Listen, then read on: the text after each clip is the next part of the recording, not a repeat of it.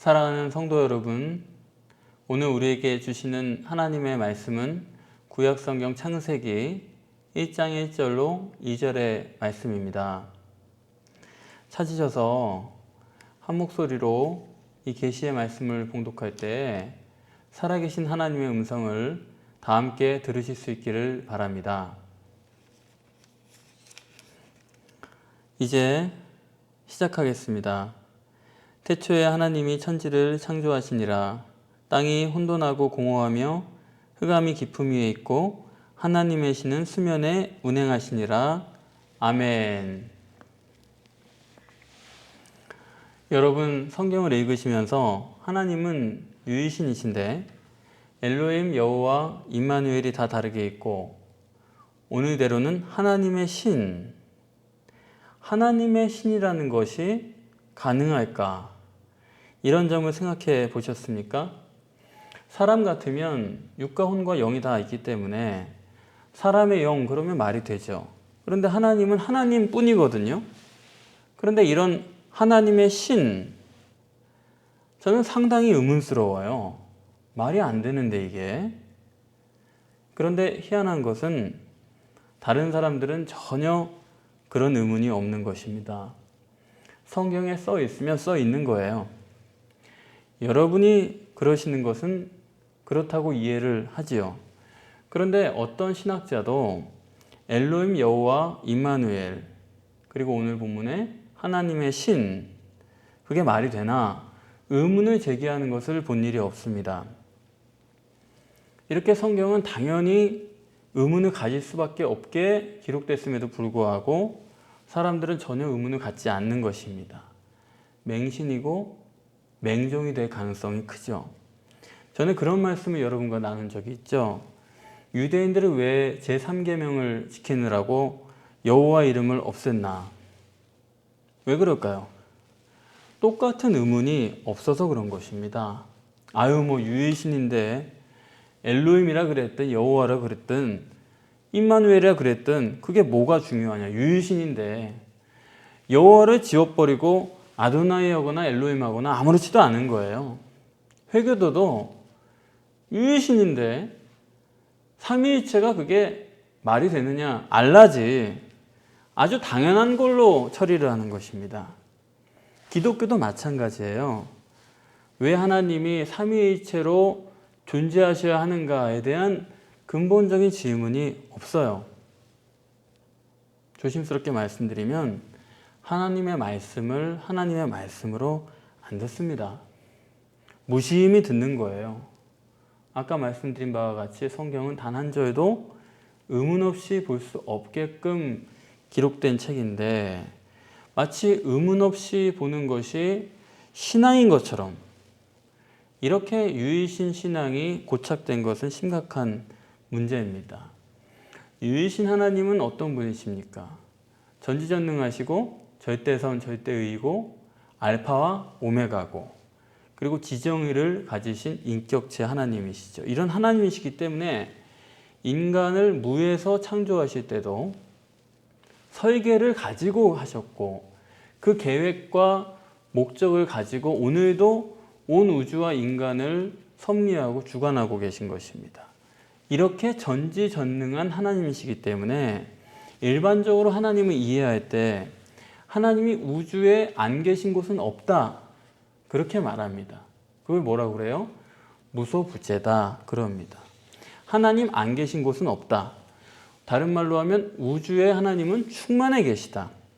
하늘에도 계시고 땅에도 계시고 땅 위에도 계시고 땅 속에도 있고 편만하게 물속에도 계시고 사람 옆에도 계시고 사람 속에도 계시고 안 계신 곳이 없다.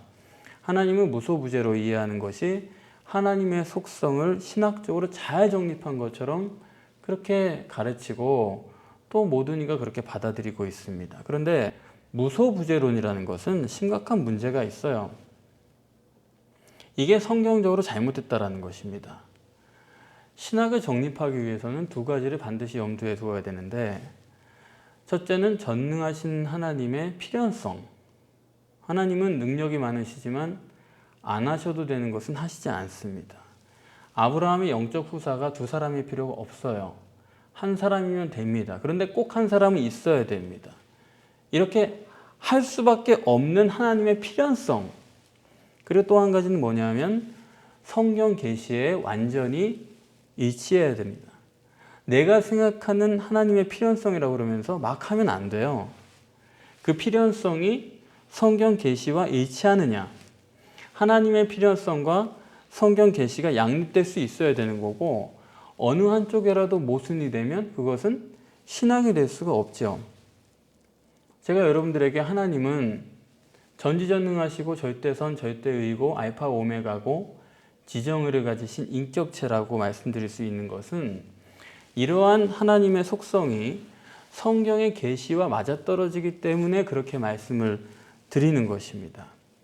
그런데 성경 계시는 하나님을 무소부재로 계시하지 않아요. 성부 하나님 어디에 계시죠? 엘로힘 하나님은 천국에만 계시는 것입니다. 무소부재라고 한다면 천국에 계신다, 그런 말이 필요가 없잖아요.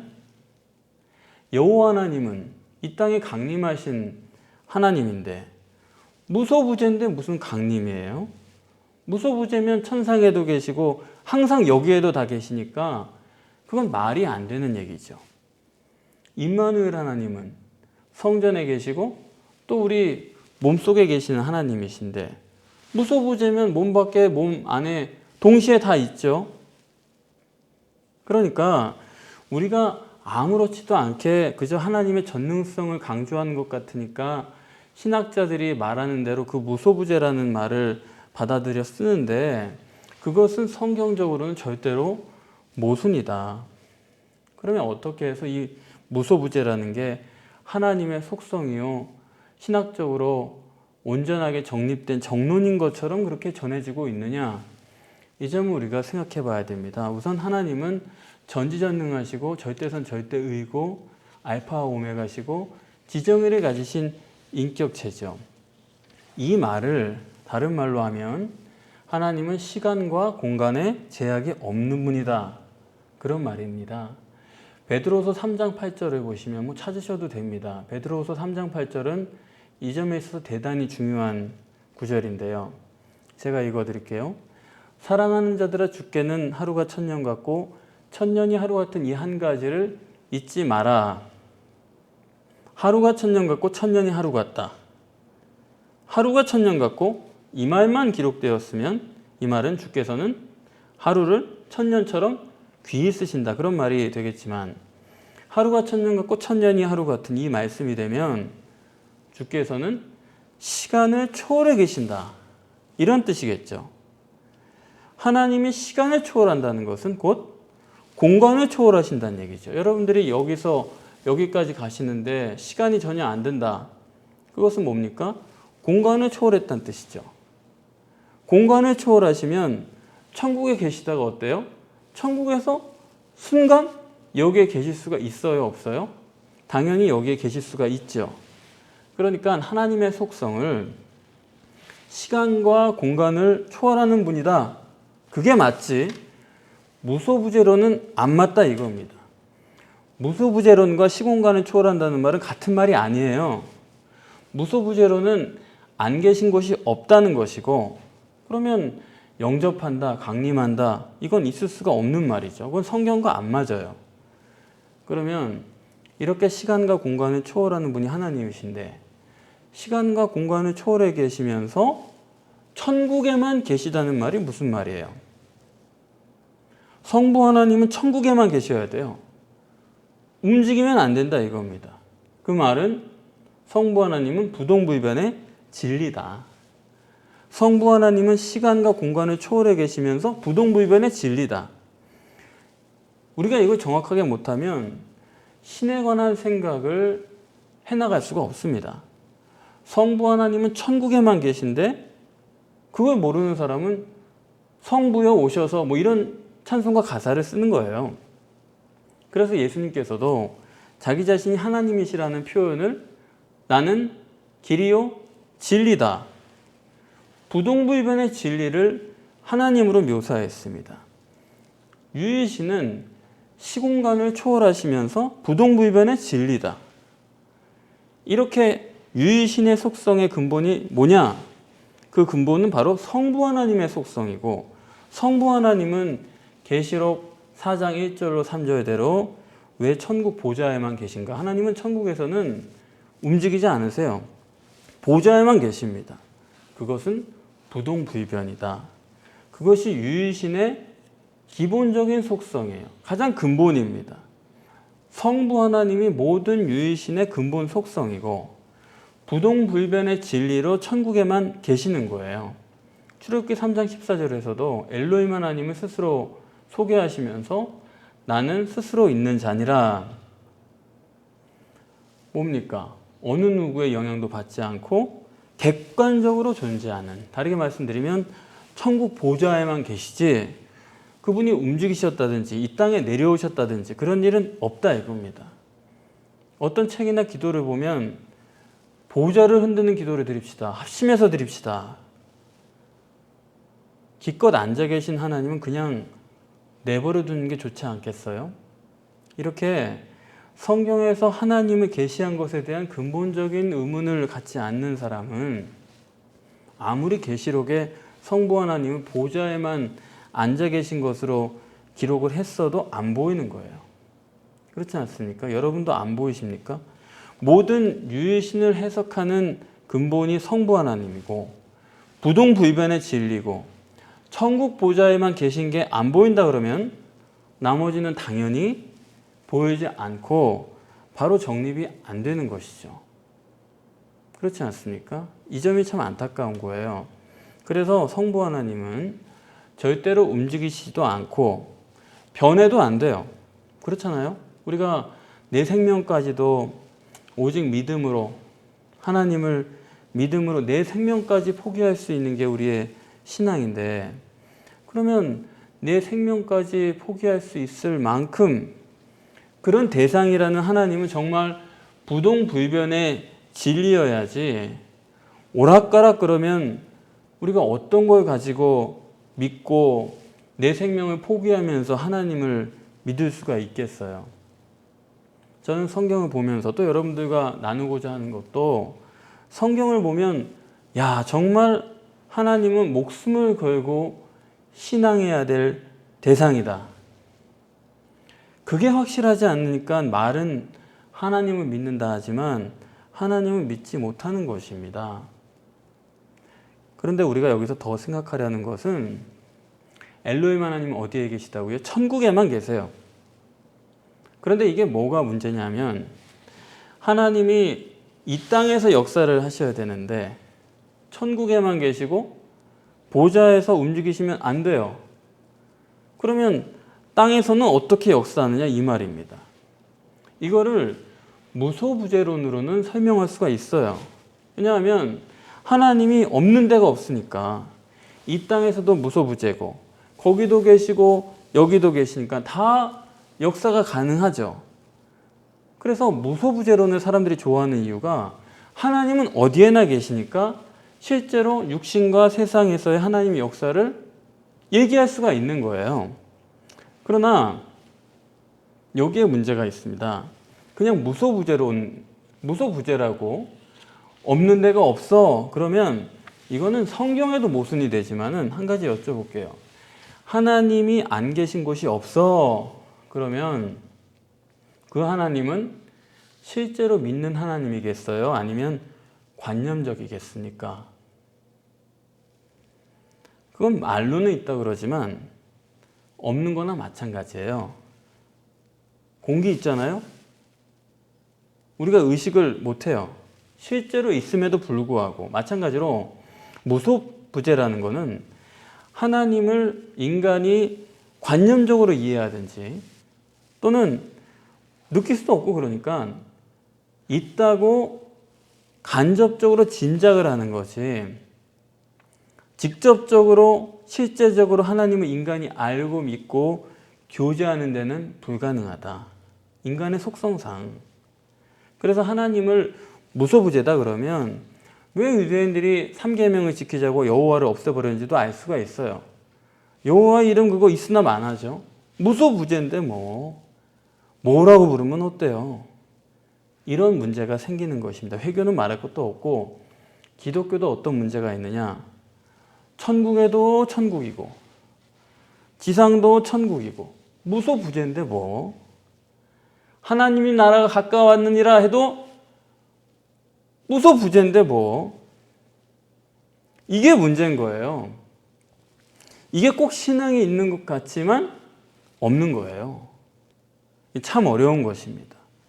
제가 늘 실제와 관념과 실제의 문제다 그렇게 말씀드리는 것은 하나님 안 계신 곳이 없다 그러면 뭐 하나님 특별히 신경 쓸 거 없잖아요? 그래요, 안 그래요? 이 심각한 문제입니다. 그런데 성경이 계시하기로는 성부 하나님이 이 땅에서 육신과 세상에 역사하는 것을 어떻게 계시하느냐? 오늘 본문에서처럼 태초에 하나님이 천지를 창조하셨다 그랬는데 창조하셨다는 것은 관념적인 얘기가 아니고 실제로 직접 역사하셨다는 것이죠. 그런데 천국 보좌에만 계신 엘로힘 하나님이 어떻게 그렇게 직접 역사할 수 있었단 말인가? 그러면 이제 왜 하나님은 하나님의 신이 있어야 되느냐? 하나님 자체이신데 하나님의 영이 꼭 따로 있어야 되느냐? 이런 점에 대해서 우리가 답할 수가 있게 되는 것이죠. 왜 하나님이 전지전능하시고 시공간을 초월해 계신 분임에도 불구하고 천지창조를 직접 안 하시고 하나님의 신으로 하셔야 되느냐?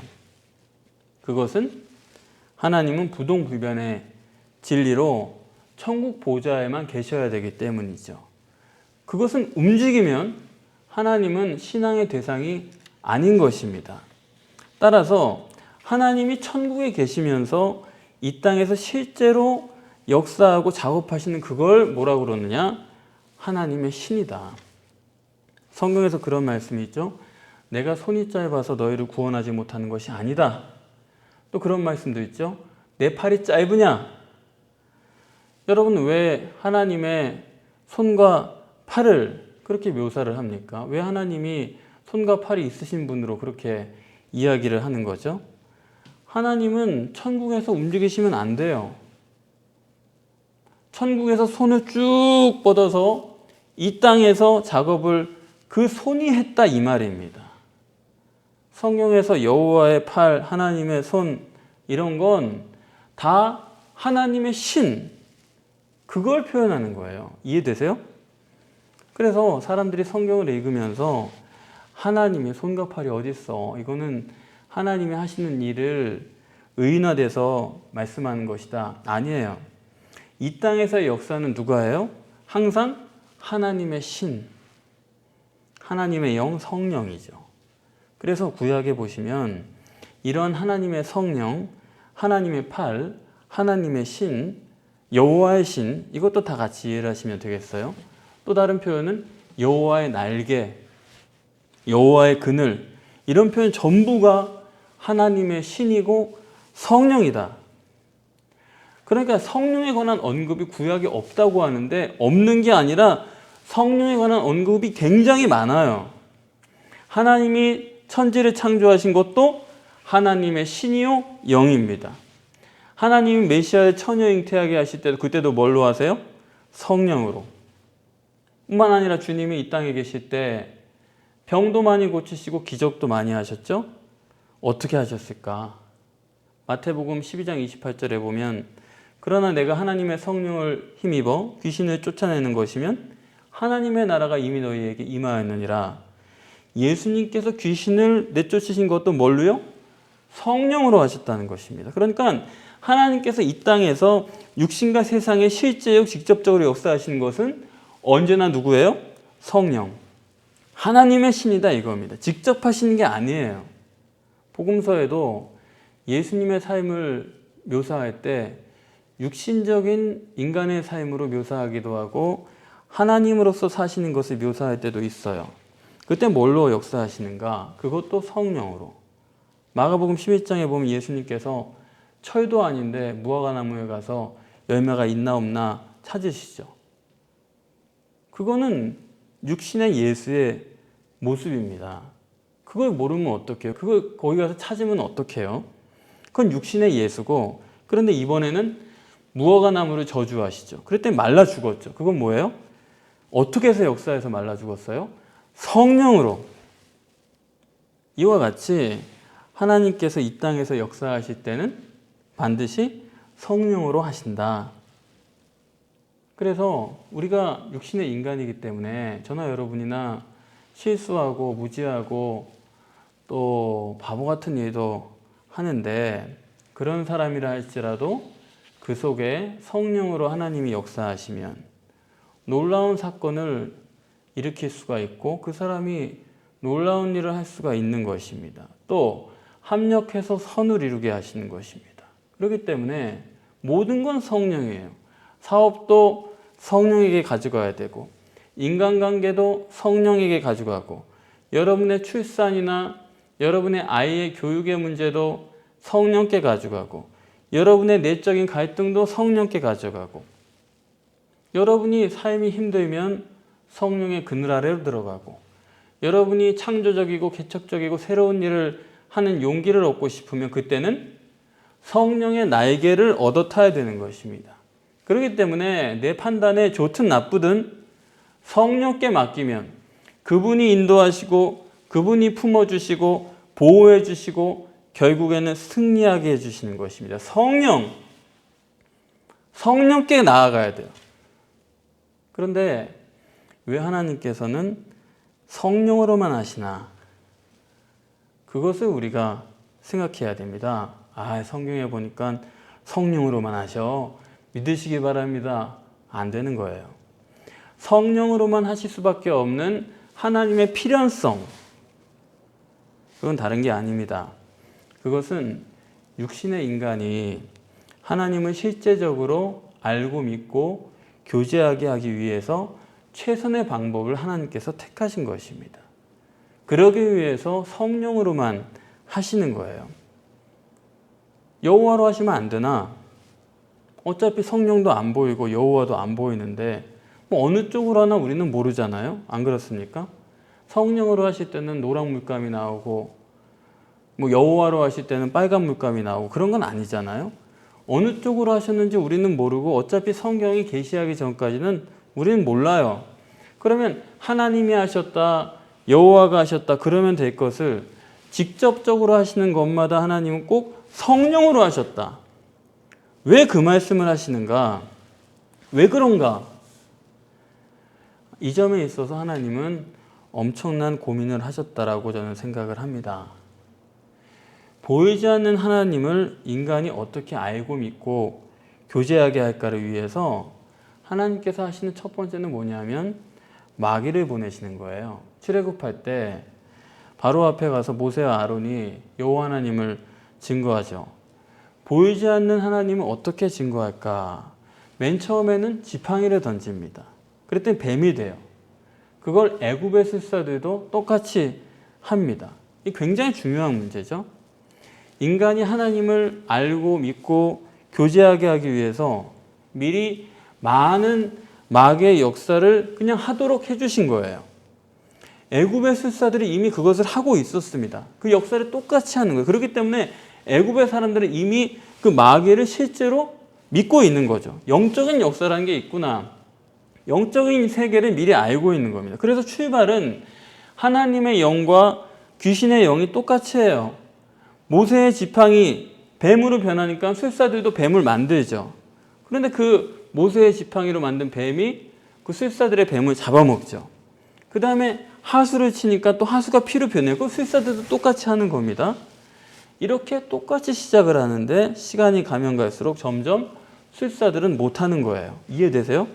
그러니까 보이지 않는 하나님은 인간이 실제 알고 믿고 교제하기 위해서 하나님은 미리 마귀를 쓰시는 겁니다. 그러니까 쫓아내야 될 존재 마귀가 그렇게 볼 게 아니고 마귀도 하나님이 부리시는 영이죠. 그런 존재들을 통해서 하나님을 실제로 알고 믿고 그리고 교제할 수 있도록 만들어 가시는 것입니다. 인간을 위해서 그렇게 선택하신 거예요. 하나님을 관념적으로 믿는 것은 믿는 게 아닙니다. 그래서 태초부터 지혜의 근본이신 하나님이 지혜를 다 짜서 인간이 실제로 하나님을 알고 믿을 수밖에 없도록 설계하신 것이 성령으로만 역사하는 것이요, 그것을 극명하게 드러내게 하기 위해서 마귀를 미리 허락하시는 것입니다. 그래서 인간이 실제로 하나님을 알고 믿고 교제하기 위해서 마귀를 준비하시고 그 외에도 첫째로 보이는 성전을 준비하셨죠. 그런가 하면 성육신하신 예수 그리스도도 보이지 않는 하나님을 보이게 한 육체의 성전이죠. 요한복음 1장 18절에 본래 하나님을 본 사람이 없으되 하나님 품속에 계신 독생하신 하나님이 나타내셨느니라. 초월적인 하나님을 인간이 실제로 알고 믿게 하기 위한 것이 성전이요 성육신하신 예수 그리스도다 하는 것입니다. 하나님을 실제로 알기 위해서 또 무엇을 준비하시느냐? 천국이죠. 하나님이 천상에 계신 것만이 아니라 이 땅에 오시는 것만이 아니라 실제로 인간을 천국으로 데려가시는 그런 역사, 이것이 근본은 인간이 어떻게 하면 하나님을 실제로 알고 믿고 교제하게 하시려는 데 초점이 있는 것이고, 그것이 관념이고 그냥 생각으로 될 것 같으면 그렇게 하실 것이 전혀 없죠. 그래서 우리 인간의 입장에서 하나님을 알고 믿고 교제하게 하려면 성령 밖에는 방법이 없습니다. 하나님도 성령을 통하지 않고서는 우리 인간과 교제할 수 없듯이 우리 인간도 성령을 통하지 않고는 하나님과는 아무것도 가능한 게 없어요. 오직 성령입니다. 성령 외에는 없어요. 여러분이 성경 읽고 연구하고 생각하면 성부 하나님을 아나요? 절대 모르시죠. 아들의 소원대로 계시를 받는 자 외에는 아버지를 알 수가 없다고 그랬습니다. 이 말은 성령 하나님이 주시는 계시 없이는 성부 하나님을 절대로 알 수가 없어요. 성자 예수님도 마찬가지입니다. 성령이 아니고서는 누구든지 예수를 주라 할 수 없다. 오직 성령밖에는 알 수가 없는 것입니다. 여러분이 성경은 어떻게 아세요? 보혜사 성령이 모든 것을 가르치시고 내가 너희에게 말한 모든 것을 생각나게 하시리라. 성령 말고는 안 되죠. 성령 아니고서는 안 된다는 것을 우리 모두가 알지만 성령밖에 안 된다는 것을 우리가 깊이 고민을 해야 됩니다. 그렇지 않습니까? 또 어떻게 하면 천국 가요? 요한복음 3장 5절에 예수님께서 대답하시되 진실로 진실로 너희에게 이르노니 사람이 물과 성령으로 거듭나지 아니하면 천국에 들어가지 못한다 그랬습니다. 천국에 들어가는 것도 성령으로 해요. 그러니까 성부 하나님을 알든 예수 그리스도를 알든 성경을 알든 천국에 가든 인간은 성령을 통하지 않고서는 아무것도 불가능해요. 오직 성령입니다. 얼마나 그 성령을 실제로 여기느냐, 그게 우리 신앙의 핵심이에요. 그리스도인은 본능도 아니고 이성도 아니고 성령에 의해서 지배되는 사람입니다. 우리의 삶도요, 예수님이 새벽기도 하셨으니까 우리도 새벽기도 하자. 예수님이 병 고쳤으니까 우리도 고치자.